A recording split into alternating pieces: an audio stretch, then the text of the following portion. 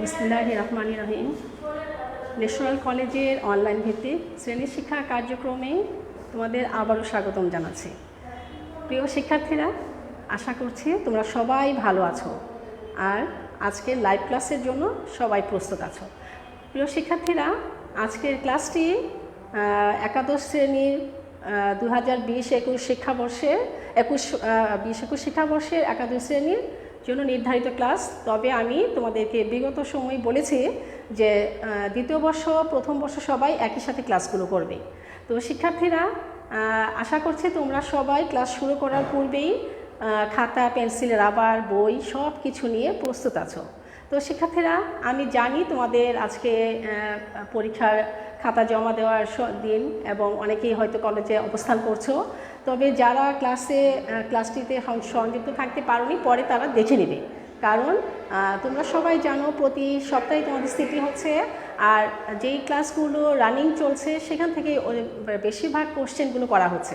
তো শিক্ষার্থীরা, এভাবে আমাদের ক্লাস করতে হবে, কারণ যতক্ষণ না পর্যন্ত আমরা ক্যাম্পাসে সব স্টুডেন্টদের নিয়ে রেগুলার ক্লাসগুলো শুরু করতে পারবো, ততদিন এভাবে তোমাদেরও ক্লাসগুলো করতে হবে, আমাদেরও ক্লাস চালিয়ে যেতে হবে। তাই শিক্ষার্থীরা, তোমরা এই ক্লাসের ফাঁকে যখন তোমরা কলেজে আসছো কাজে, তখন তোমরা বাসায় গিয়ে আবার ক্লাসটি দেখে নিবে, তাহলে তোমাদের পরীক্ষাটা ভালো হবে। অন্তত পক্ষে তোমরা বুঝে পরীক্ষাগুলো দিতে পারবে। তো শিক্ষার্থীরা, আর আমি তোমাদেরকে আরও বলছি যে পরীক্ষা দেওয়ার আগে অবশ্যই ভালো করে টপিকটা ভালো করে পড়ে নেবে, কারণ এখানে তোমাদেরকে মূল্যায়ন করা হচ্ছে তোমরা কতটুকু ক্লাস থেকে তোমরা কতটুকু অর্জন করছো। আর আমরা যতই তোমাদেরকে দেই, আমি সবসময় একই কথা বলছি যে তোমার নিজেকে চর্চা করতে হবে, নিজেকে অধিক পড়াশোনা করতে হবে, পড়া টেবিলে থাকতে হবে, না দেখে লেখার অভ্যাস করতে হবে, তাহলে অবশ্যই অনেক ভালো একটা রেজাল্ট করবে। তো শিক্ষার্থীরা, এখন তাহলে যারা এই মুহূর্তে লাইভে উপস্থিত আছো সবাইকে ধন্যবাদ, আর যারা এখনও সংযুক্ত হতে পারোনি খুব দ্রুত সংযুক্ত হয়ে যাবে। তো শিক্ষার্থীরা, তোমরা অবশ্যই অবগত আছো আমি যেই টপিকটি নিয়ে আলোচনা করছিলাম তা হচ্ছে জীববিজ্ঞান দ্বিতীয় পত্রের দ্বিতীয় অধ্যায় অ্যানিম্যাল আইডেন্টিটি, অর্থাৎ প্রাণী পরিচিতি হতে প্রতীক প্রাণী ঘাস ফড়িং। প্রায় শেষের দিকে চলে আসছি, আর হয়তো বা 2-1টা ক্লাস লাগবে আজকের পরে, তারপরে আমি রুই মাছে যাব। তো শিক্ষার্থীরা, আজকে আমি যে টপিকটি নিয়ে তোমাদের কাছে হাজির হয়েছি সেটি হচ্ছে ঘাস ফড়িং পুং প্রজননতন্ত্র এবং স্ত্রী প্রজননতন্ত্রটা নিয়ে তার গঠন নিয়ে আলোচনা করব। তো শিক্ষার্থীরা, তোমরা যদি চিত্র আঁকার সিস্টেমটা না জানো তাহলে অনেকবার মোছামুছি করো। আমি চাচ্ছি তোমরা আমার সাথে সাথে চিত্রটা অঙ্কন করবে, তারপরে বারবার প্র্যাকটিস করবে। অবশ্যই অনেক দ্রুত তোমরা চিত্র আঁকা শিখবে এবং নির্ভুলভাবে শিখবে এবং পরীক্ষার খাতায় সুন্দরভাবে উত্তরটাও দিয়ে আসতে পারবে। তাহলে আমাকে এখন অবগত করো আমার কথাগুলো এবং লেখাটা স্পষ্ট আছে কিনা। আমি এখন ক্লাসটি শুরু করে দিতে চাচ্ছি। তো শিক্ষার্থীরা, এখন আদিবা সুলতানা, ওয়ালাইকুম সালাম। আচ্ছা, তাহলে আমার পরে আরও ক্লাস আছে, আমি আর দেরি করলাম না, এবং ফাঁকে ফাঁকে তোমাদেরকে আমি কিছু কোশ্চেন করব, তোমরা সেটার জন্যও রেডি থাকবে। তো শিক্ষার্থীরা, প্রথমেই আসছি প্রজননটা কী, অর্থাৎ রিপ্রোডাকশনটা কী। তোমরা সবাই জানো প্রজনন কী। প্রজনন বা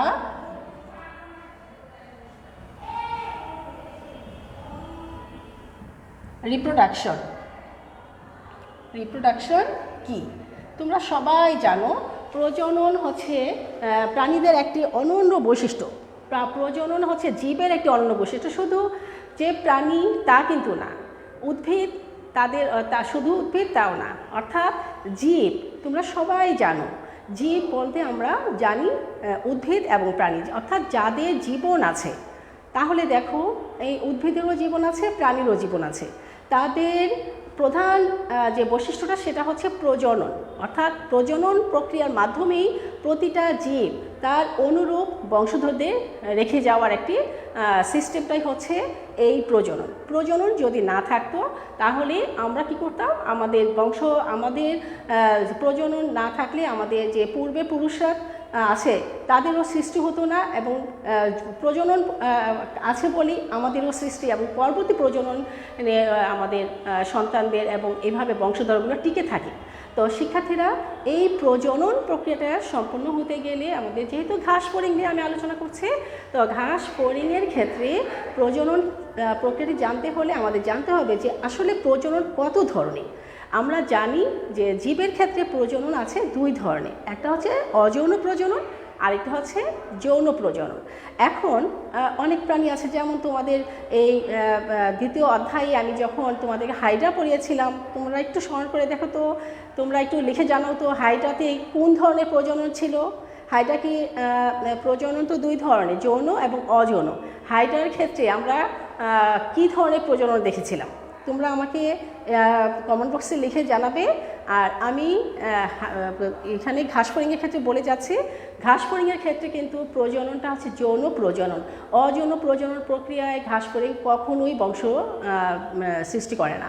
তো শিক্ষার্থীরা তাহলে দেখো, যৌন প্রজনন যদি করতে হয় তাহলে এখানে লিঙ্গ ভিন্ন হবে, অর্থাৎ পুংলিঙ্গ এবং স্ত্রীলিঙ্গ, অর্থাৎ পুরুষ ঘাস ফড়িং এবং স্ত্রী ঘাস ফড়িং উভয় ঘাস ফড়িং ভিন্ন থাকতে হবে। এখানে আরেকটি প্রশ্ন তোমাদের বোর্ডে প্রায় আসে যে যৌন দ্বিরূপতা কী। শিক্ষার্থীরা আমি যে ঘাস ফড়িংয়ের যে যৌন প্রজনন প্রক্রিয়াটা আলোচনা করব, তার আগে তোমার থেকে আরেকটি প্রশ্ন আমি বুঝাই দিচ্ছি, সেটা হচ্ছে জ্ঞানমূলক বা অনুধাবন হিসেবে প্রায় আসে যে যৌন দ্বিরূপতা কী। আমি তোমাদেরকে সেটা, তোমরা প্রশ্নটা লিখে নাও। তো শিক্ষার্থীরা তোমরা প্রশ্নটা এখনই আমার সাথে সাথে লিখে নাও যে যৌন দ্বিরূপতা কী, অর্থাৎ সেক্সুয়াল ডিমরফিজম।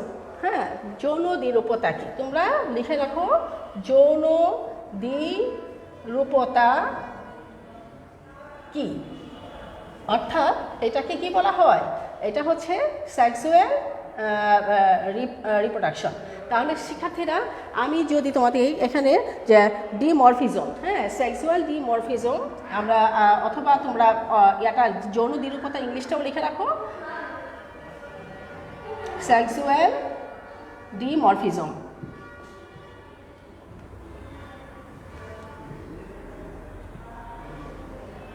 মরফিজম, তাহলে দেখো এই সবসময় ইংলিশ টার্মটা পাশাপাশি রাখবে, তাহলে শিক্ষার্থীরা লেখাটা দেখা যাচ্ছে খোলা। আচ্ছা, এখন দেখো শিক্ষার্থীরা আমি তখন দেখেছিলাম যে তোমাদের উপস্থিতি একটু কম ছিল, তো ঠিক আছে আশা এক্সেল রহমান, আমি তোমাদের সবাইকে দেখতে পাচ্ছি। তোমরা যারা এই মুহূর্তে কলেজে আসবে, বিভিন্ন তোমাদের যে প্রয়োজনীয় কাজ আছে আমি জানি, তোমরা আজকে কলেজে আসার কথা, যারা কলেজে উপস্থিত থাকবে তারা বাসায় গিয়ে আবার ক্লাসটি দেখে নেবে, কারণ পরবর্তী কোশ্চেন কিন্তু রানিং ক্লাস থেকেই হবে। হ্যাঁ, ফার্স্ট ইয়ার সেকেন্ড ইয়ার, হ্যাঁ অবশ্যই আমি তোমাদেরকে অনেক আগেই বলেছি যে এখন আমি ফার্স্ট ইয়ার সেকেন্ড ইয়ার একই সিলেবাসে পড়াচ্ছি, তাই উভয় উপস্থিত থাকবে। শিক্ষার্থীরা যৌন দ্বিরূপতা কী, তাহলে দেখো যৌন দ্বিরূপতা কী, অর্থাৎ ঘাস ফড়িং কিন্তু একলিঙ্গ প্রাণী। আমি তোমাদেরকে আগে বলেছি যে ঘাস ফড়িং হচ্ছে একলিঙ্গ প্রাণী। হ্যাঁ, একটু ঘোলা হয়ে গেছে আমি দেখতে পাচ্ছি, এই কাজটা মনোযোগী হলে আমার ক্লাসটা দেরি হয়ে যায়। তারপরেও আমি চেষ্টা করছি তোমাদের, দেখি কি হয়। আচ্ছা দেখা যাক, কিছুক্ষণে হয়তো পরে নেট আবার ঠিক হবে, তা আমি মুখে বলছি তোমরা সেটাই শুনে নাও। শিক্ষার্থীরা যৌন দ্বিরূপতা হচ্ছে ঘাস ফড়িং কিন্তু একলিঙ্গ প্রাণী, তোমরা সবাই জানো, অর্থাৎ এদের যে ঘাস ফড়িং কিন্তু একলিঙ্গ প্রাণী, এদের কিন্তু পুরুষ যৌনাঙ্গ এবং স্ত্রী যৌনাঙ্গ একদম সম্পূর্ণ ভিন্ন, এবং সেটা হচ্ছে হ্যাঁ শিক্ষার্থীরা, হ্যাঁ এখন ঠিক হয়েছে। এতে আমি আবার প্রশ্ন করছি, তোমরা খেয়াল করো, যৌন দ্বিরূপতা কী বা সেক্সুয়াল ডিমরফিজম কী, সেক্সুয়াল ডিমরফিজম কী, এটা কিন্তু বোর্ড কোশ্চেনে প্রায় সময় আসে জ্ঞানমূলক এবং অনুধাবন হিসাবে। শিক্ষার্থীরা তোমরা এই যৌন দ্বিরূপতাটা ভালো করে বুঝে নাও। আমি তোমাদেরকে সহজ করে বলে দিচ্ছি, সেটা হচ্ছে ঘাস ফড়িং হচ্ছে একলিঙ্গ প্রাণী। একলিঙ্গ প্রাণী বলতে কী বোঝায়, তোমরা জানো যে উভলিঙ্গ প্রাণীও আছে, যেমন তোমরা হাইড্রাতে দেখেছিলে উভলিঙ্গ, তাদের একই দেহের মধ্যে উপরে দেহের অর্ধাংশের উপরে ছিল কি পুংজননাঙ্গ এবং অর্ধাংশের নিচে ছিল ডিম্বাশয় অর্থাৎ স্ত্রী জননাঙ্গ, সেটা ছিল উভয়লিঙ্গ। কিন্তু ঘাস ফড়িং, আরশোলা অর্থাৎ আর্থ্রোপোডা পর্বে প্রাণীরা কিন্তু এক লিঙ্গ প্রাণী। পুরুষ জননাঙ্গ, পুরুষ অঙ্গে পুরুষ জননাঙ্গ এবং স্ত্রী দেহে স্ত্রী জননাঙ্গ অবস্থিত। এখন যৌন দ্বিরূপতা বলতে মেন বোঝাচ্ছে যে যে সকল প্রাণীদের লিঙ্গ ভিন্ন, অর্থাৎ প্রত্যেকে উভলিঙ্গ নয়, অর্থাৎ লিঙ্গটা ভিন্ন, অর্থাৎ নির্দিষ্ট প্রজাতির দেহে সেটা অবস্থান করে, অর্থাৎ সেটা হচ্ছে পুরুষ সদস্য থেকে এবং তাদের লিঙ্গটা যে ভিন্ন সেটা, সেই ক্ষেত্রে প্রাণী দুটিকে অর্থাৎ পুরুষ এবং স্ত্রীকে বাহ্যিকভাবে আলাদা করা যায়, খুব সহজে আলাদা করা যায়। তোমরা জানো স্ত্রীর জননাঙ্গের উদরের পিছন অংশে কী ছিল? ওভিপোজিটর। এই ওভিপোজিটরটা দিয়েই কিন্তু বোঝা যায় যে এটা স্ত্রী ঘাসফড়িং বা স্ত্রী তেলাপোকা। তো পুরুষ জননাঙ্গে কিন্তু ওভিপোজিটর থাকে না। তাহলে তাদের যে বাহ্যিকভাবে তাদের যৌনাঙ্গ দেখে যে স্পষ্ট বোঝা যায় কোনটি স্ত্রী এবং কোনটি পুরুষ ঘাসফড়িং, সেটিই হচ্ছে যৌন দ্বিরূপতা। তাহলে তোমরা অবশ্যই পারবে যে যৌন দ্বিরূপতা কী। হ্যাঁ শিক্ষার্থীরা, আমি আজকে এই যৌন দ্বিরূপতা হিসাবে পুরুষ এবং স্ত্রী ঘাসফড়িংয়ের দেহর জননাঙ্গটা পুং জনতন্ত্র এবং স্ত্রী জনতন্ত্র একে আমি তোমাদেরকে বিস্তারিত বুঝাবো। নেটের অনেক সমস্যা থাকে, এখনও ঘোলা হয়ে আছে। আচ্ছা, বোর্ড ক্লিয়ার না? আমিও দেখতে পাচ্ছি বোর্ড ক্লিয়ার না। হ্যাঁ শিক্ষার্থীরা, আসলে কেন যেন ক্লাসটা আমাদের প্রায় সময় বোর্ড ক্লিয়ার থাকে না। এখন কী করবো, চিত্র অঙ্কন করব, বোর্ড ক্লিয়ার না থাকলে তো চিত্রটাও বুঝতে পারবে না তোমরা। কিছুক্ষণ পরপরই এরকম হয়। আচ্ছা শিক্ষার্থীরা, দেখি আবার হয় কিনা। আমি মুখে বলছি, তোমরা শুনে নাও, তারপরে আবার দেখি বোর্ড ক্লিয়ার হয় কিনা। এখন শিক্ষার্থীরা শোনো, লক্ষ্য করো, তা আমি কি বলেছি? সহজে আলাদা করা যায়। যৌন প্রজননের মাধ্যমে এরা বংশবৃদ্ধি করে এবং পুং জননতন্ত্র স্ত্রী জননতন্ত্র ভিন্ন ভিন্ন প্রাণীদেহে অবস্থান করে। এই যে পুং জননাঙ্গ স্ত্রী জননাঙ্গ তাদের ভিন্ন ভিন্ন জননাঙ্গে অবস্থান করে এবং এই যে বৈশিষ্ট্যগুলো, এই ধরনের বৈশিষ্ট্য থাকলেই প্রাণীদেরকে কি বলা হয়? যৌন দ্বিরূপতা বলা হয়। ঠিক আছে শিক্ষার্থীরা, তাহলে এখন আমি তোমাদেরকে পুং জননাঙ্গ অর্থাৎ মেল রিপ্রোডাক্টিভ সিস্টেমটা নিয়ে আলোচনা করব। আমি বোর্ড মুছছি, তোমরা লক্ষ্য করো, মেল রিপ্রোডাক্টিভ সিস্টেম নিয়ে আমি এখন আলোচনা করব। তাহলে শিক্ষার্থীরা লক্ষ্য করো, মেল রিপ্রোডাক্টিভ সিস্টেম। হ্যাঁ এখন ক্লিয়ার হয়েছে, এখন এইমাত্র ক্লিয়ার হয়েছে। তোমরা ছবিটা লক্ষ্য করো, মেল রিপ্রোডাক্টিভ সিস্টেম। তাহলে প্রজননতন্ত্র দুই ধরনের, যেহেতু তারা কি এক লিঙ্গ প্রাণী, পুরুষ প্রাণীটা পুরুষ ঘাসফড়িং এবং স্ত্রীটা হচ্ছে স্ত্রী জননাঙ্গ, যে প্রাণীর ঘাসফড়িংয়ের দেহে তাকে আমরা বলি স্ত্রী ঘাসফড়িং। এখন শিক্ষার্থীরা, আমি প্রথমে পুং জননতন্ত্রটা এঁকে দেখাচ্ছি, তারপরে আমি স্ত্রী জননাঙ্গটা আঁকাবো এবং ব্যাখ্যা করব। এবং তোমরা লক্ষ্য করবে আজকে ক্লাসটা বোঝার পরে কিন্তু তারপরে কিন্তু আমি রূপান্তরে যাব, আগামী ক্লাসে আমি রূপান্তরে যাব। রূপান্তরে গেলে তোমাদের পুং এবং স্ত্রী জননাঙ্গের গঠনটা জানতে হবে। তো শিক্ষার্থীরা, প্রথমে আসি মেল রিপ্রোডাক্টিভ সিস্টেম। আমি মেল রিপ্রোডাক্টিভ সিস্টেমটা নিয়ে আলোচনা করছি। Mail reproductive system,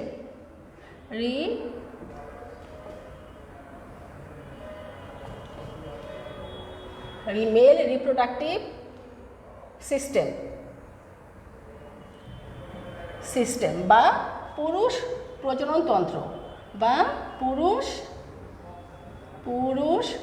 প্রজননতন্ত্র। শিক্ষার্থীরা, চিত্র হচ্ছে একটা টেকনিক মাত্র। আমি আমার টেকনিকে চিত্রটা আঁকাবো, তোমরা আমার টেকনিকটা যদি দেখো হয়তো বা অনেকেরই ভালো লাগবে, সহজ মনে হবে।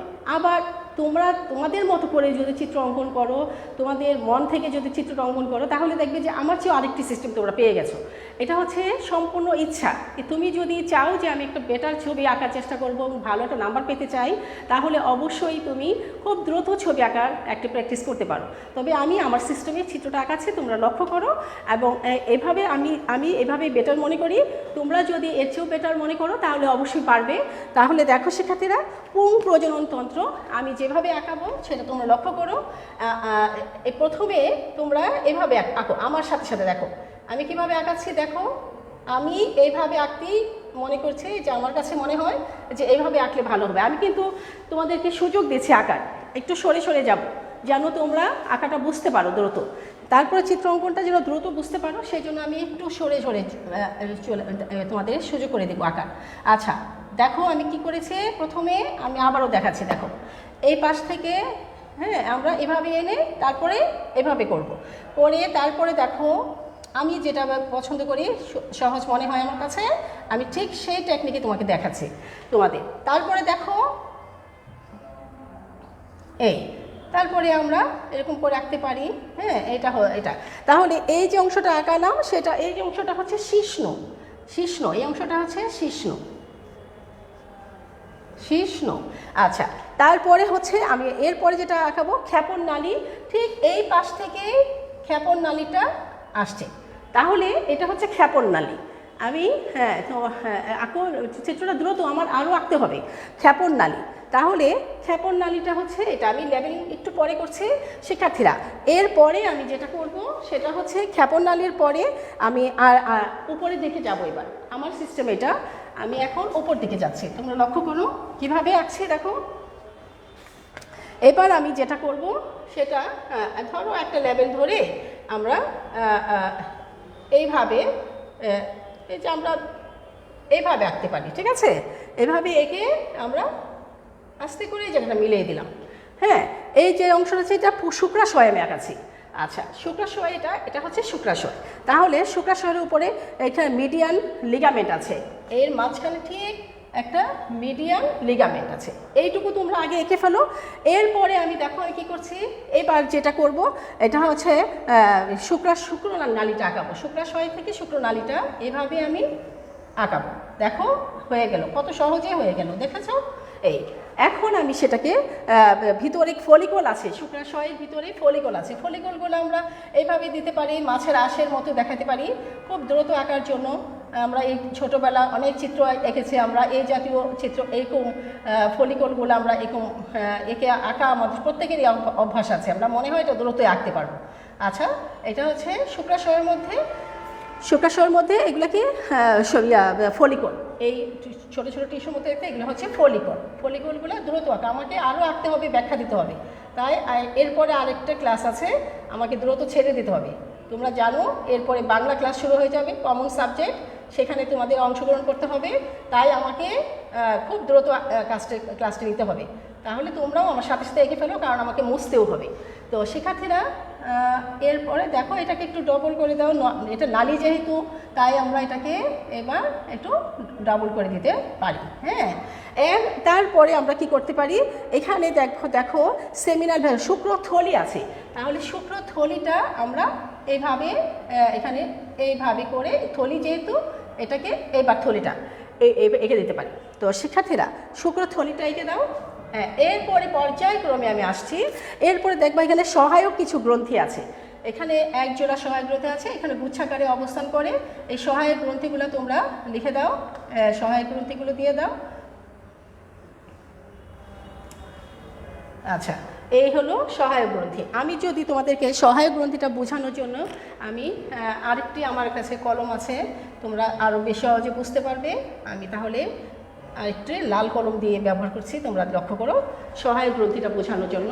তাহলে শিক্ষার্থীরা এই সহায়ক গ্রন্থিগুলো হচ্ছে এই যে এরকম, এগুলো হচ্ছে সহায়ক গ্রন্থি, এগুলা সহায়ক গ্রন্থি, ঠিক আছে? হ্যাঁ এই তাহলে তোমরা কি এবার দেখতে পাচ্ছ?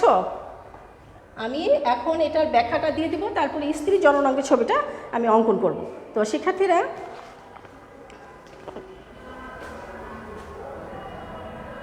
হ্যাঁ এখন তোমরা দ্রুত আমার সাথে সাথে লেবেলিংটা করে ফেলো। এটা মিডিয়াল লিগামেন্ট, এই অংশটা হচ্ছে মিডিয়াল লিগামেন্ট, এটা হচ্ছে শুক্রাশয়,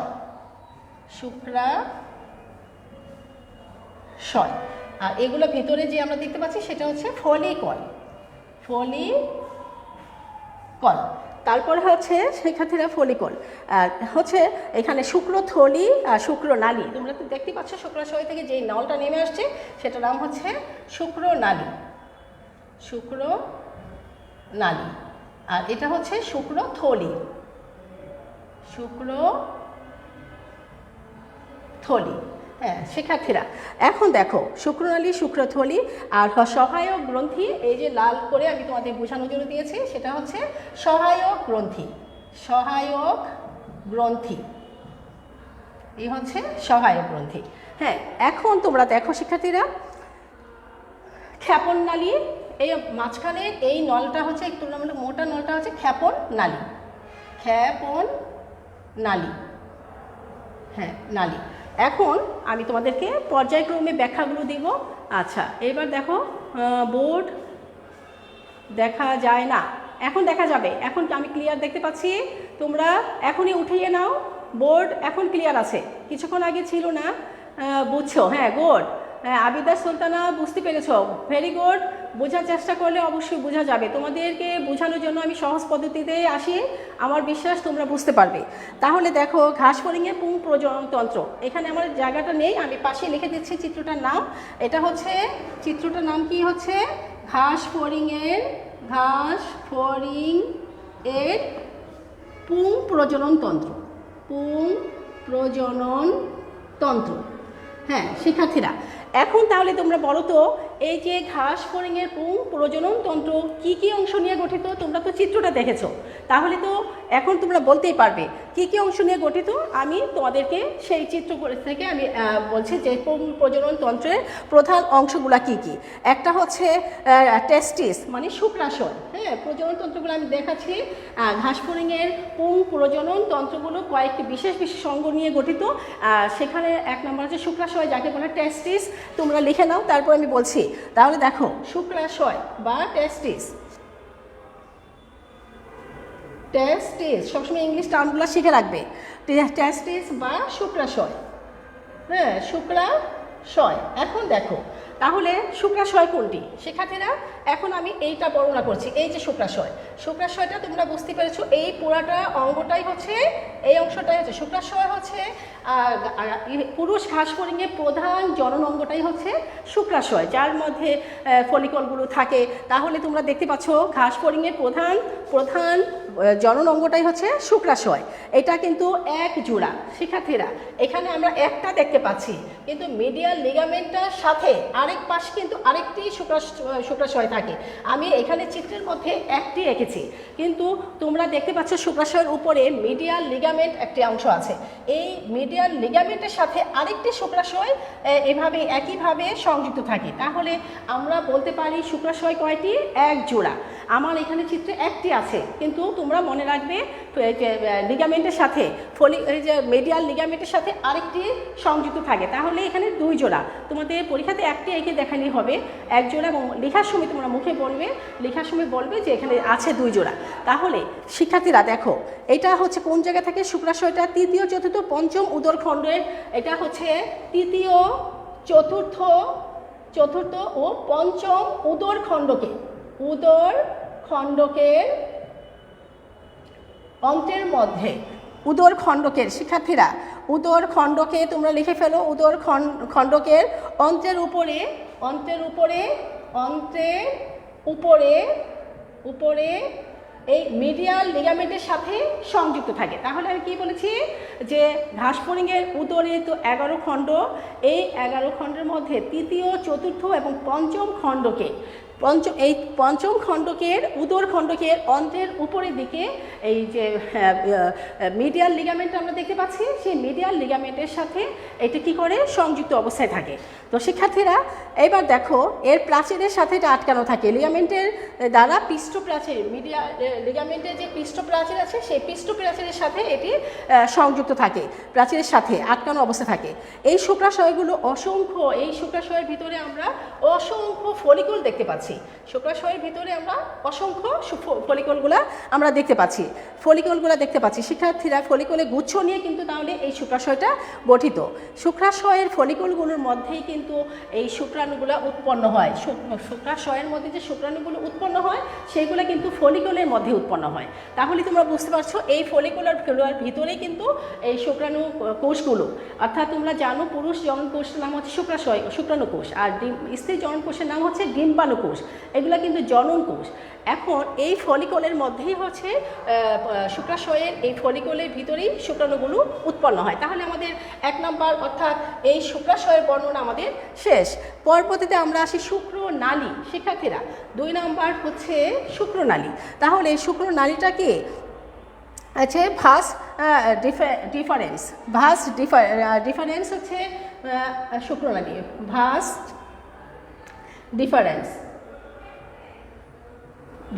ডিফারেন্স বা শুক্রনালী। তোমরা ইংলিশ টার্মগুলো শিখে রাখবে। শুক্রনালী, ভাস ডিফারেন্স বা শুক্রনালী। তোমরা চিত্রেই দেখতে পাচ্ছ শুক্রনালীটা কোনটা? শুক্রনালী এইটা। হ্যাঁ, আমি এখন এই শুক্রনালীর বর্ণনা দেব। তোমরা লক্ষ্য করো শিক্ষার্থীরা, শুক্রাশয়ের পরবর্তী অংশটাই হচ্ছে শুক্রনালী, অর্থাৎ এই শুক্রাশয় থেকে এক জোড়া শুক্রনালী বের হয়ে আসছে, নলাকার, খুবই সরু। প্রতিটি শুক্রাশয়ের ঠিক অঙ্কীয় দিক থেকে আমরা দেখতে পাচ্ছি অঙ্কীয় দিক থেকে একটি সরু সূক্ষ্ম সুতার মতো, একদম এটা কিন্তু আমার চিত্রের মধ্যে বড় করে দেখাচ্ছি, কিন্তু একদম সূক্ষ্ম সরু একদম সুতার মতো মানে এই নালীটা বের হয়ে আসছে। তাহলে দেখো লম্বা একটি নালী আমরা দেখতে পাচ্ছি, সেটাই হচ্ছে শুক্রনালী। তারপরে আমরা এবার 3 নম্বরে যাই। 3 নম্বরের অংশটা হচ্ছে এখানে ক্ষেপণ নালী। শিক্ষার্থীরা তোমরা লক্ষ্য করো, ক্ষেপণ নালী হচ্ছে এজাকুলেটরি ডাক্ট। এজাকুলেটরি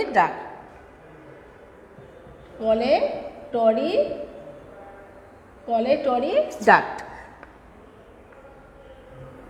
ডাক্ট বা ক্ষেপণ নালী, অথবা এটাকে বলা হয় ক্ষেপণ নালী। হ্যাঁ, এখন তোমরা দেখো এইটা কিন্তু ক্ষেপণ নালী। তার মানে কি, এই যে শুক্রনালী দুইটি কিন্তু পরস্পর দুপাশ থেকে এসে একটি তুলনামূলক একটি প্রশস্ত নালী তৈরি করেছে, এইটাই হচ্ছে ক্ষেপণ নালী। তাহলে আমরা ক্ষেপণ নালীটা চিত্রের মধ্যে দেখতে পাচ্ছি। আমরা কি বলবো যে এটা কিন্তু নবম খণ্ডকে দুপাশে থাকে।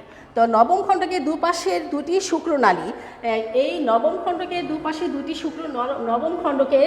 নবম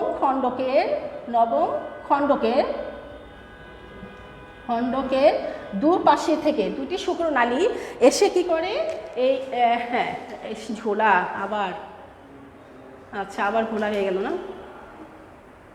এবার দেখো শিক্ষার্থীরা, আমার চিত্র তোমরা তো দেখেই ফেলছো, আমি মুখে বলছি, তোমরা লক্ষ্য করো তাহলে আগাতে পারবে। নবম উদর খণ্ডকের দুপাশে দুটি শুক্রনালী সে মিলিত হয়ে একটি সাধারণ নালী গঠন করেছে, সেটাই হচ্ছে ক্ষেপণ নালী।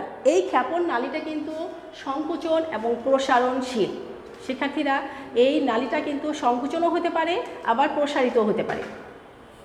তাহলে তোমরা দেখো এই নালীটা কিন্তু সংকোচনশীল, এই ক্ষেপণ নালীটা সংকোচনশীল এবং প্রসারণশীল। আমি আবারও বলছি, নবম উদর খণ্ডকের দুপাশে দুটি শুক্রনালী, নবম উদর খণ্ডকের দুপাশে দুটি শুক্রনালী কি করেছে? দুটি শুক্রনালী মিলিত হয়ে একটি সাধারণ নালী গঠন করেছে, এই নালীটার নামই হচ্ছে ক্ষেপণ নালী। এই ক্ষেপণ নালীর কিন্তু আরেকটি বৈশিষ্ট্য হচ্ছে এটা সংকোচনশীল এবং প্রসারণশীল ক্ষমতা সম্পন্ন এই ক্ষেপণ নালীটি। তো শিক্ষার্থীরা, এটা লিঙ্গে অবস্থিত এবং ছিদ্রের মাধ্যমে এটা বাইরে উন্মুক্ত হয়। এটা পুরুষ লিঙ্গে অবস্থিত এবং এটা কি হয়, একটা ছিদ্রের মাধ্যমে এটা যেহেতু এটা সংকোচনশীল প্রসারণশীল, এটা বাইরে নিক্ষিপ্ত হয়ে থাকে। তো আমি এখন তোমাদেরকে পরবর্তী আরেকটি জননাঙ্গের কথা বলছি, সেটা হচ্ছে সহায়ক গ্রন্থি বা অ্যাক্সেসরি গ্ল্যান্ড। 4 নম্বরটা হচ্ছে সহায়ক গ্রন্থি বা অ্যাক্সেসরি গ্ল্যান্ড।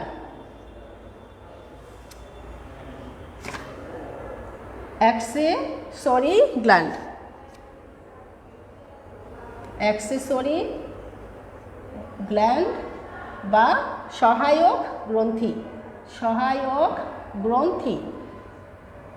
হ্যাঁ শিক্ষার্থীরা দেখো, তোমরা দেখতেই পাচ্ছ সহায়ক গ্রন্থি, যে লাল কালার দিয়ে আমি যেটা বুঝিয়েছিলাম সেটাই হচ্ছে সহায়ক গ্রন্থি। এটা আমরা দেখতে পাচ্ছি ক্ষেপণ নালী থেকে, এটা আশেপাশেই চারপাশে এটা অবস্থান করছে ক্ষেপণ নালীর উপরের দিকে। তাহলে দেখো এই যে সহায়ক গ্রন্থিটা আমরা কি বলতে পারি, এই সহায়ক গ্রন্থিটা আমরা দেখতে পাচ্ছি সূক্ষ্ম সূক্ষ্ম একদম সূক্ষ্ম নলাকার, হ্যাঁ নালীগুচ্ছ, লম্বা নালীগুচ্ছ সমন্বিত এক জোড়া, কিন্তু এটা কিন্তু এক জোড়া সহায়ক গ্রন্থিটা ক্ষেপণ নালীর অগ্রভাগের আমরা দেখতে পাচ্ছি, অগ্রভাগের উন্মুক্ত হয়েছে এবং তরল পদার্থে এটা নিঃসৃত থাকে। তোমরা সবসময় মনে রাখবে এই ক্ষেপণ নালীটা কিন্তু তরল পদার্থে নিঃসৃত থাকে। কেন তরল পদার্থে নিঃসৃত থাকে? কারণ এই তরল পদার্থে নিঃসৃত থাকার কারণেই কিন্তু শুক্রাণুগুলো এই তরল পদার্থের মধ্যে নিমজ্জিত থাকে এবং পুষ্টি গ্রহণ করে থাকে। তাহলে এই সহায়ক গ্রন্থিগুলো তরল পদার্থের মধ্যে নিমজ্জিত থাকে এবং শুক্রাণুগুলো এখানে এখান থেকে পুষ্টি গ্রহণ করে। তাহলে দেখো অগ্রভাগের উন্মুক্ত হয়ে তরল পদার্থ নিঃসৃত করে। এই ক্ষেপণ নালীগুলো এই কী করে তরল পদার্থ নিঃসরণ করে, যার মধ্যে শুক্রাণুগুলো অবস্থান করে এবং এখান থেকে এরা পুষ্টি গ্রহণ করতে সহজ হয়। সেই জন্যই ক্ষেপণ নালীগুলো এই গুরুত্বপূর্ণ কাজটি করে থাকে। তারপরে আমি উপরের দিকে মুছে দিচ্ছি এবং তোমরা এরপরে অংশটা আবার দেখো। এইবার আমি উপরের অংশটা আবার মুছে দিচ্ছি। শিক্ষার্থীরা আমাকে মুছে মুছে ক্লাসটা নিতে হবে। তোমরা লক্ষ্য করো, এবার 5 নম্বর অংশটা দেখো, শুক্রথলি। তোমরা দেখতেই পাচ্ছ শুক্রথলি কোনটা? এইটা। এই শুক্রথলির বর্ণনাটা আমি এখন দিব। 5 নম্বর হচ্ছে শুক্রথলি, যাকে আমরা কি বলি, শুক্রথলিটাকে কি বলি আমরা?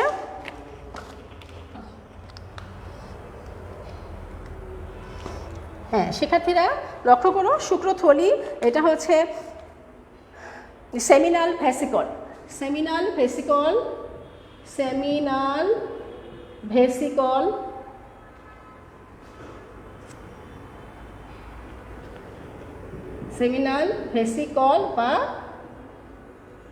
বা শুক্রথলি। তোমরা চিত্রের মধ্যে স্পষ্টভাবে দেখতে পাচ্ছ এই শুক্রথলিটা। আমি এখন এই শুক্রথলির বর্ণনা দিব এবং আমার ঘাসফড়িংয়ের পুরুষ জননাঙ্গের বর্ণনাটা প্রায় শেষ হয়ে আসছে। তাহলে তোমরা কি দেখতে পাচ্ছ, যে সহায়ক গ্রন্থির সাথে একটি লম্বা পেঁচানো থলি আছে। আমরা দেখতে পাচ্ছি যে সহায়ক যে গ্রন্থিগুলো আছে সেই সহায়ক গ্রন্থির সাথে একটি লম্বা পেঁচানো একটি নালী আমরা দেখতে পাচ্ছি। এই নালীটার উপরের দিকে আমরা কি দেখছি, একটি থলির মতো অংশ দেখতে পাচ্ছি, সেটাই হচ্ছে শুক্রথলি। শিক্ষার্থীরা এটি ক্ষেপণ নালীর মধ্যে কিন্তু উন্মুক্ত হয়, আর এর মধ্যে কিন্তু শুক্রাণুগুলো সঞ্চিত থাকে, আর প্রজননের সময় এই ক্ষেপণ নালীতে এটা প্রবেশ করে এবং এটা স্ত্রী ঘাসফড়িংয়ের স্থানান্তরে সহায়তা করে। এই হচ্ছে এটা ক্ষেপণ নালীটা এই গুরুত্বপূর্ণ কাজটি করে থাকে। এখন আমি আরেকটি চিত্র অঙ্কন করব, সেটা হচ্ছে স্ত্রী জননাঙ্গ। তো শিক্ষার্থীরা আমি পাশাপাশি আরেকটি চিত্র অঙ্কন করছি এবং এই চিত্রটা অঙ্কন করার পরে আমার আজকের ক্লাসটি আমি শেষ করে দিব। তারপরে আমি পরবর্তী ক্লাসে বাকি অংশটা নিয়ে আলোচনা করব, রূপান্তর অংশটা নিয়ে আলোচনা করব। আরেকটু তোমরা ধৈর্যের সাথে ক্লাসটি করে নাও। স্ত্রীর জননাঙ্গ ছবিটা তোমরা আবার আমার সাথে সাথে অঙ্কন করবে। হ্যাঁ শিক্ষার্থীরা লক্ষ্য করো, আমি এখন স্ত্রী জননাঙ্গের ছবিটা অঙ্কন করছি। তোমরা আমার সাথে সাথে স্ত্রী জননাঙ্গের চিত্রটা অঙ্কন করবে। এখন হ্যাঁ দেখো কীভাবে আমি আঁকাচ্ছি। আমরা তো মানে আমার সিস্টেমে আমি বলছি, গাছের পাতা আমরা তো সবাই আঁকতে পারি, তাই না শিক্ষার্থীরা? গাছের পাতা তো আমরা সবাই আঁকি। ধরো এটা একটা গাছের পাতার মতো করে আঁকো। প্রথমে আমরা একটি গাছের পাতার মতো চিন্তা করে এটাকে আমরা এঁকে দিলাম। হ্যাঁ এটা একটা গাছের পাতা। মনে রাখার জন্য, সহজে লেখার জন্য আমরা এই কাজগুলো করি, বিভিন্ন কথাগুলো মনে করে করে এটা মনে রাখার চেষ্টা করি। ধরো এটা একটা গাছের পাতা। তারপরে এখন আমরা এই গাছের পাতার মতো করে করব। তারপরে গাছের একটা বুটার মতো থাকে, আমরা সেটাও চিন্তা করলাম, ধরো করে এটা গাছের একটা বুটার মতো। তারপরে আমরা এই অংশটার মধ্যে এই যে এটা হচ্ছে কি ওই মিডিয়াল লিগামেন্টটা এঁকে দিলাম। হ্যাঁ খুব দ্রুত এঁকে ফেলবো আমি লিগামেন্ট, এবং মাঝখানে থেকে তোমরা এখান থেকে ঠিক এই পাশ থেকে আরেকটি অংশ এঁকে দাও, এইভাবে এঁকে দাও, এবং এই পাশ থেকে এবার টেনে এই অংশটা যুক্ত করে দাও। তারপরে এখন আমরা এভাবে হ্যাঁ শিরা, গাছের পাতার শিরা, উপশিরাগুলো থাকে না, আমরা সেইটা কথা চিন্তা করে দ্রুত এঁকে ফেলতে পারি। ওই কথা এটা মনে করে আমরা এঁকে ফেলতে পারি। তারপরে এবার এই প্রত্যেকটার সাথে এইভাবে করে সংযুক্ত করে দাও। দেখো আমাদের কিন্তু হয়ে যাচ্ছে প্রায়। হ্যাঁ এই যে হয়েই যাচ্ছে। আচ্ছা এখন আমরা আরেকটু, এবার আমি লাল কালার পেনটা ব্যবহার করছি তোমাদের বর্ণনার সুবিধার জন্য। এখন দেখো আমি এই পাশ থেকে, অর্থাৎ এটা তোমরা এরপরে আমি অভিপোজিটরটা এঁকে দিচ্ছি। অভিপোজিটর আঁকার জন্য আমি আরেকটি ব্যবস্থা নিতে পারি, সেটা হচ্ছে, দেখো শিক্ষার্থীরা, অভিপোজিটরটা আমি কীভাবে আঁকাচ্ছি, এই যে দেখো, সহজ করে আঁকার একটা ব্যবস্থা হচ্ছে, হ্যাঁ এইভাবে নাও, তারপরে এই যে এইভাবে করে দাও, এভাবে করে এবার এই যে দেখো আমি কীভাবে আঁকাচ্ছি, এইভাবে করে নিয়ে আসো এবং এই অভিপোজিটর, হ্যাঁ অভিপোজিটর আমাদের আঁকা শেষ। তারপরে আমি এবার একটি আঁকাবো, যে শুক্রধানীটা আঁকাবো। তো শুক্রধানীটা আসলে এই ভিতর থেকে এসে এর মধ্যে একটা থলি আছে, তাহলে আমি শুক্রথলিটাও তোমাদেরকে এঁকে দিলাম, এই ঠিক আছে। এখন আমাদের যেটা থাকবে সহায়ক গ্রন্থি। সহায়ক গ্রন্থিটাকে আমি একটু কালারফুল ব্যবহার করি যেন তোমরা বুঝতে পারো। সহায়ক গ্রন্থি, এটা হচ্ছে সহায়ক গ্রন্থি, ঘাসফড়িংয়ের স্ত্রী জননাঙ্গের সহায়ক গ্রন্থিটা এখানে থাকে। এখন আমি কিছু লেবেলিং করে দিচ্ছি, তোমরা লক্ষ্য করো, এই লেবেলিংটা দেখার পরেই স্ত্রী জননাঙ্গের বর্ণনাটা তোমরা বুঝতে পারবে খুব সহজভাবে। একটা হচ্ছে মিডিয়াল লিগামেন্ট, এই অংশটা হচ্ছে মিডিয়াল লিগামেন্ট, মিডিয়াল দ্রুত শেষ, এটাই শেষ, মিডিয়াল লিগামেন্ট, লিগামেন্ট। আচ্ছা, তারপরে হচ্ছে, আর তোমরা তো জানো যে এটা হচ্ছে সহায়ক গ্রন্থি, এই অংশটা হচ্ছে সহায়ক গ্রন্থি, এটা হচ্ছে সহায়ক গ্রন্থি শিক্ষার্থীরা। তারপরে দেখো ডিম্বাশয়, এই অংশটাই, ওইটাই হচ্ছে ওভারি বা ডিম্বাশয়, এটা হচ্ছে ডিম্বাশয়। হ্যাঁ, তাহলে তোমরা চিত্রটা দেখতে পাচ্ছ? হ্যাঁ, তাহলে দ্রুত করে ফেলো, আমি এখনই বর্ণনায় চলে যাব। ডিম্বাশয়, তাহলে দেখো অনুডিম্বাশয়, ভিতরে আমরা যে অংশগুলো দেখতে পাচ্ছি এইগুলা কিন্তু অনুডিম্বাশয়, এইগুলোকে বলা হয় অনুডিম্বাশয়। এগুলো হচ্ছে অনুডিম্বাশয়। তাহলে আমরা এটা লেবেলিং করে দিই, অনুডিম্বাশয়, ডিম্বাশয়, এটা হচ্ছে অনুডিম্বাশয়। তারপর শিক্ষার্থীরা দেখো, তারপর হচ্ছে ডিম্ব নালী, তার এই অংশটা কিন্তু, এই যে চিকন সরু দেখতে পাচ্ছি এটা কিন্তু ডিম্ব নালী, এই অংশটার নাম হচ্ছে ডিম্ব নালী।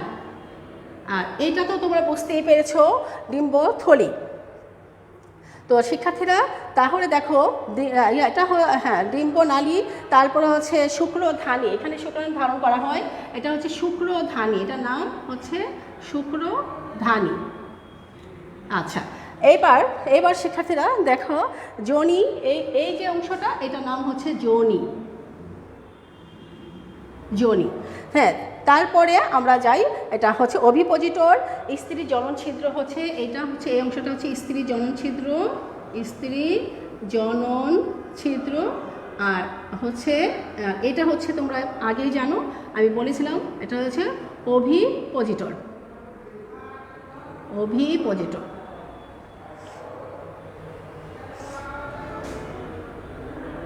অভিপোজিটর। আচ্ছা, এখন আমি প্রত্যেকটা অঙ্গের বর্ণনা দিব। তো শিক্ষার্থীরা অভিপোজিটর, এখন দেখো তাহলে আমরা কি কি পেলাম, এর চিত্রটার নাম কি, ঘাসফড়িং এর স্ত্রী প্রজনন তন্ত্র। চিত্রটা হচ্ছে ঘাসফড়িং এর স্ত্রী প্রজনন তন্ত্র। হ্যাঁ, এখন তোমরা বলো তো ঘাসফড়িংয়ের স্ত্রী প্রজনন তন্ত্রে আমরা কি কি অংশগুলো পেলাম? প্রধান অংশটা কি ডিম্বাশয় বা ওভারি। ওভারি আমি এখানে লিখে দিচ্ছি, 1 নাম্বার হচ্ছে ওভারি বা একে বলা হয় ডিম্বাশয়। হ্যাঁ, ডিম্বাশয়। তাহলে দেখো শিক্ষার্থীরা, এই যে ওভারি, এই যে ডিম্বাশয়, এটা হচ্ছে ওভারি অর্থাৎ ডিম্বাশয়। এই ডিম্বাশয়টা আমরা কি দেখতে পাচ্ছি, ডিম্বাশয়টা আমরা কেমন দেখছি, এটা স্ত্রী প্রজনন তন্ত্রের প্রধান অংশই হচ্ছে এই ওভারি বা ডিম্বাশয়। স্ত্রী প্রজনন তন্ত্রের প্রধান অংশটাই হচ্ছে এই ডিম্বাশয় বা যেটাকে আমরা ওভারি বলি থাকি। শিক্ষার্থীরা প্রতিটি এই ডিম্বাশয়ের, হ্যাঁ আবার খোলা, ডিম্বাশয় কিন্তু ডিম্বাশয় দুটি অন্ত্রের উপরের মিডিয়াল লিগামেন্ট সেই পুরুষ প্রজননতন্ত্রের মতোই এটাও কিন্তু একইভাবে, অর্থাৎ ডিম্বাশয় দুটি, দুইটা ডিম্বাশয় আছে, এই দুটি ডিম্বাশয় একইভাবে অর্থাৎ মিডিয়াল লিগামেন্টের সাথে তার পৃষ্ঠপ্রাচীরের সাথে আটকানো থাকে। আমি আবারও বলছি, দুটি ডিম্বাশয়, আমি চিত্রের মধ্যে একটি ডিম্বাশয় চিত্র এঁকেছি। তোমরা দেখো মিডিয়াল লিগামেন্ট পুরুষ জননাঙ্গে দেখেছিলে, তোমরা এখানেও কিন্তু স্ত্রী জননাঙ্গে মিডিয়াল লিগামেন্ট আছে।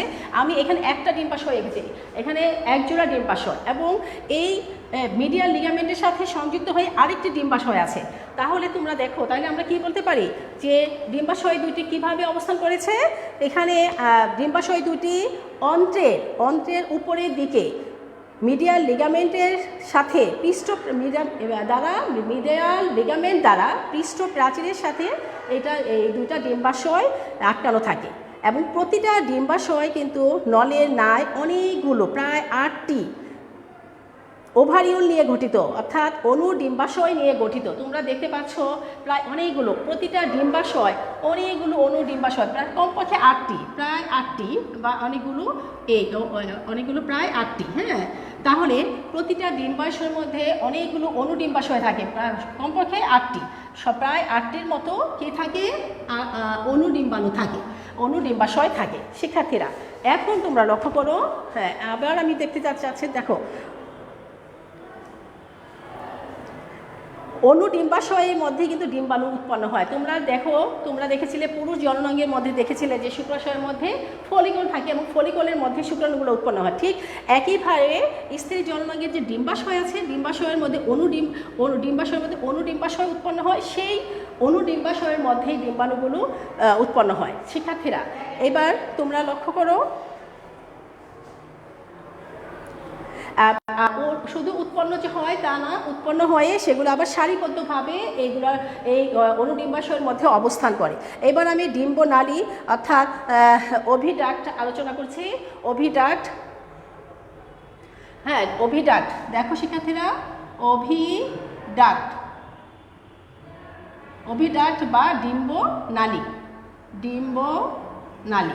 তাহলে দেখো, শুক্রনালীটার নাম ছিল কি, ভাস ডিফারেন্স, কিন্তু স্ত্রীর ক্ষেত্রে যে ডিম্বনালী সেটার নাম হচ্ছে ওভিডাক্ট। তাহলে আমি এখন ডিম্বনালী নিয়ে আলোচনা করছি। তোমরা দেখো, এই অংশটা কিন্তু ডিম্বনালী, এই অংশটাই হচ্ছে ডিম্বনালী। তাহলে এবার ডিম্বনালী সম্পর্কে তোমরা লক্ষ্য করো, ডিম্বনালীর বর্ণনাটা আমি দিচ্ছি, তোমরা লক্ষ্য করো শিক্ষার্থীরা। ডিম্বনালীটা কি হচ্ছে, প্রতিটি ডিম্বাশয়গুলোর বৃন্ত অংশগুলো একত্রে মিলিত হয়ে একটি প্রশস্ত ডিম্বনালী গঠন করেছে। এই যে প্রত্যেকটা ডিম্বাশয়ের ভিতরে যে ডিম্বাশয়গুলো আছে, সেইগুলোর নালীগুলো, প্রত্যেকটা নালীগুলো একত্রে মিলিত হয়ে আরেকটি নালী গঠন করেছে, সেটা নামই হচ্ছে ডিম্বনালী। আমি আবারও বলছি, ডিম্বাশয়ের ভিতর থাকে কি, ডিম্বাশয়, ডিম্বাশয়ের মধ্যে আছে ডিম্বাশয়। এই প্রতিটা ডিম্বাশয়গুলোর নালীগুলো পরস্পরের সাথে মিলিত হয়ে নিচে থেকে আরেকটি নালী গঠন করেছে, এই নালীটাই হচ্ছে ডিম্বনালী। শিক্ষার্থীরা, ডিম্বনালীটা কি করছে, ডিম্বাণু বহন করাই হচ্ছে ডিম্বাণুনালীটা হচ্ছে ডিম্বাণু বহন করাই হচ্ছে এর কাজ। তারপরে আমি আরেক পরবর্তী অংশ যাচ্ছি, সেটা হচ্ছে যৌনি বা ভেজিনা বা যৌনি।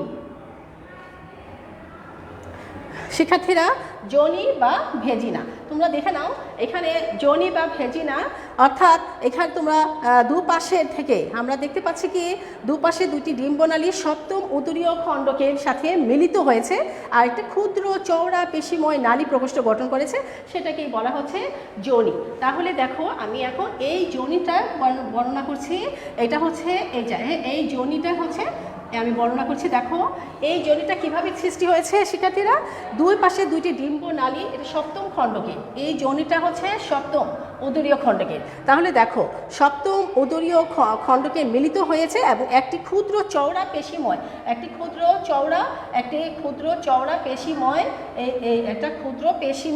চওড়া তুলনামূলকভাবে চওড়া পেশিময় একটি প্রকোষ্ঠ গঠন করেছে, এটাই হচ্ছে যোনি। শিক্ষার্থীরা, একটি স্ত্রী জননছিদ্রের মাধ্যমে এটা কিন্তু স্ত্রী জননছিদ্রের মাধ্যমে অভিপোজিটর দ্বারা এটা দেহের বাইরে এটা কি হয়, উন্মুক্ত হয়। এবার আসি ধানী। শিক্ষার্থীরা, এবার তোমরা দেখে নাও শুক্রধানী। আমি এই ডাল করে যে বর্ণনা দিয়েছি সেটা শুক্রধানী, এটা হচ্ছে স্পার্মা থেকা, এই স্পার্মা থেকা।